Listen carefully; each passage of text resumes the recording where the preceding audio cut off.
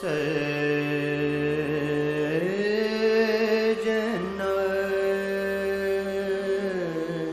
विता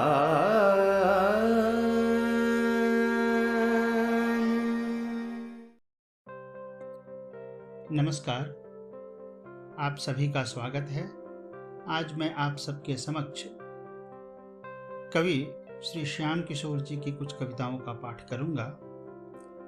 ये कविताएं हमारे सामान्य जीवन के अनुभवों को इस सूक्ष्म संवेदना के साथ उकेरती हैं कि सहसा हम उन्हें अपने सामने पाकर, अपने समक्ष पाकर चमत्कृत हो उठते हैं। अपूर्वानुमेय और सूक्ष्म बिंबों से सजी ये कविताएं हमारे समक्ष एक अनुद्घाटित भाव पक्ष को तो रखती ही हैं, साथ ही साथ ये विश्वास दिलाती हैं कि हमारा मन, हमारे भाव और हमारी कविता सदा से अपूर्वानुमेय रही है। तो समक्ष है श्री श्याम किशोर जी की कविताएं। पहली कविता है निःशब्द। भन्ते हमें उपदेश दो, भिक्षा दो।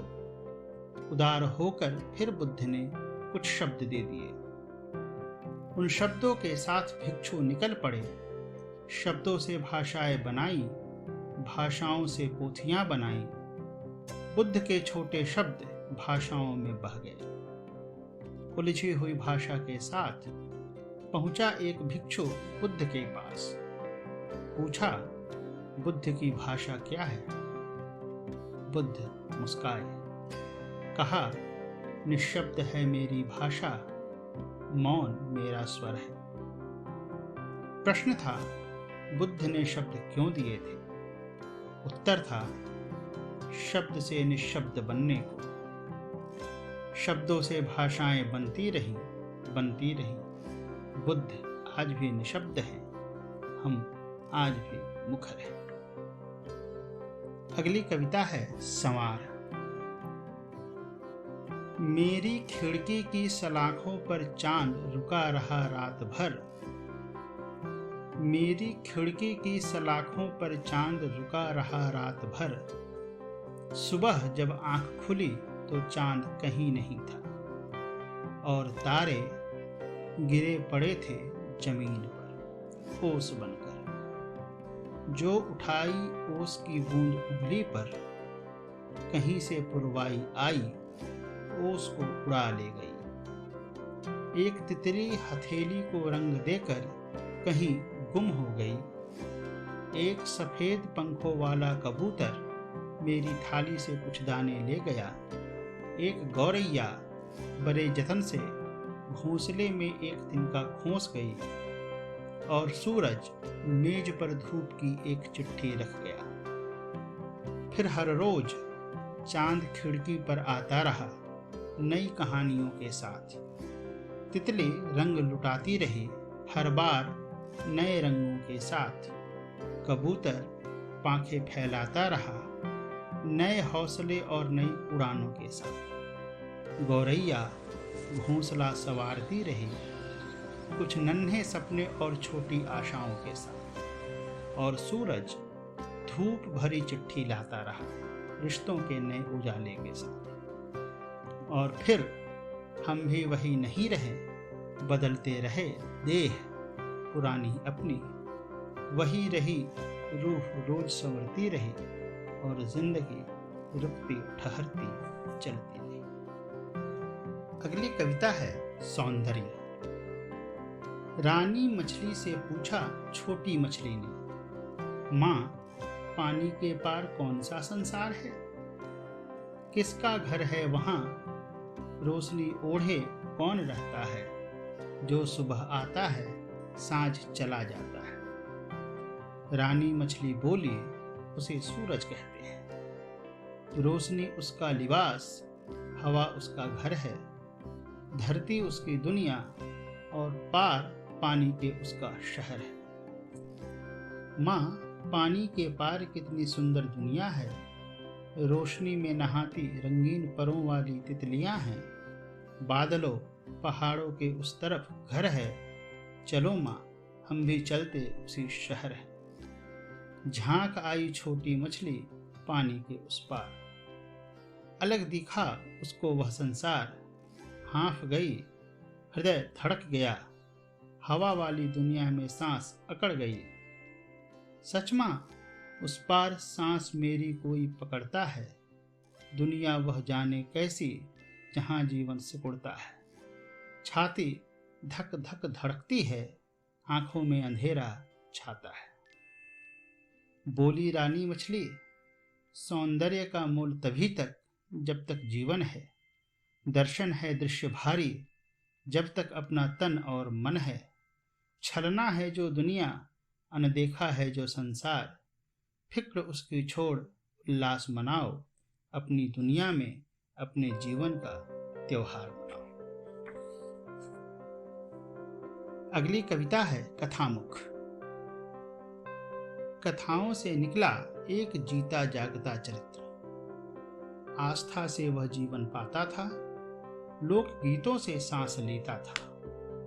जिधर भी वह गया उसने वहां की पोशाक पहन ली, उस देश की भाषा अपना ली, वह जीवन में लहू बनकर बहने लगा। कथाएं सांस लेती रही, जीवन में जीवन का रंग भरती रही। उस चरित्र की धुरी पर सभ्यताओं का वितान खड़ा रहा। पूछा किसी ने, क्या कथाएं सच हैं?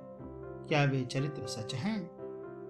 अब जाना मैंने, जीवन का जिसमें कुछ प्रतिमान झलके, दर्शन का जिसमें स्वाभिमान पनपे, जो मानवता के कुछ दुर्लभ गुणों का मान रखे, देह उस कथा की होती है, चरित्र सांस लेता है। झूठी हो या सच्ची वह कथा, लोगों में सच्चाई भरती है। सच है कथाओं की देह होती है, कथाएं सांस लेती हैं।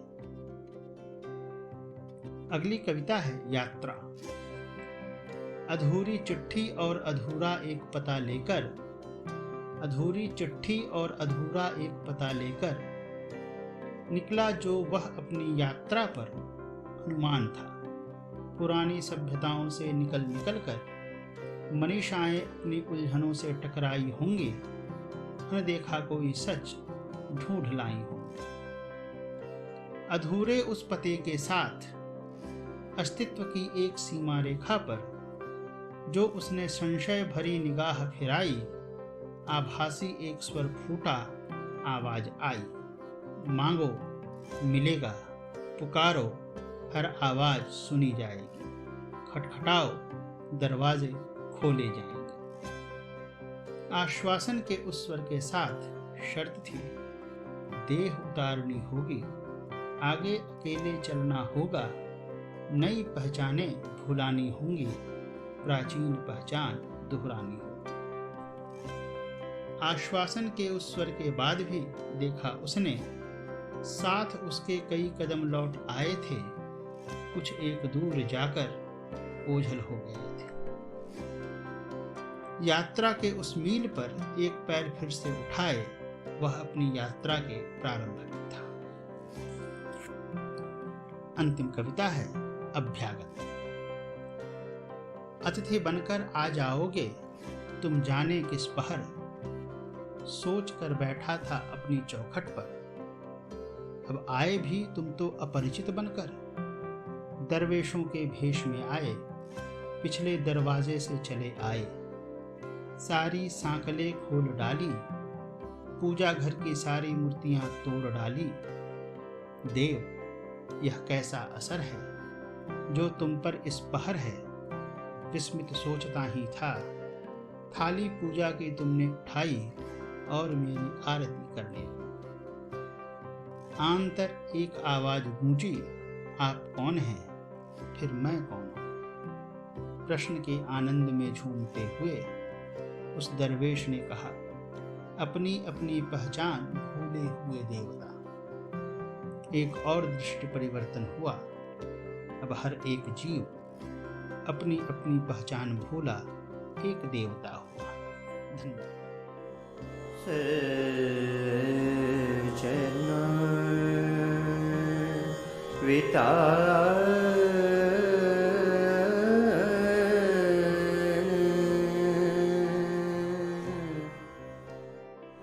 से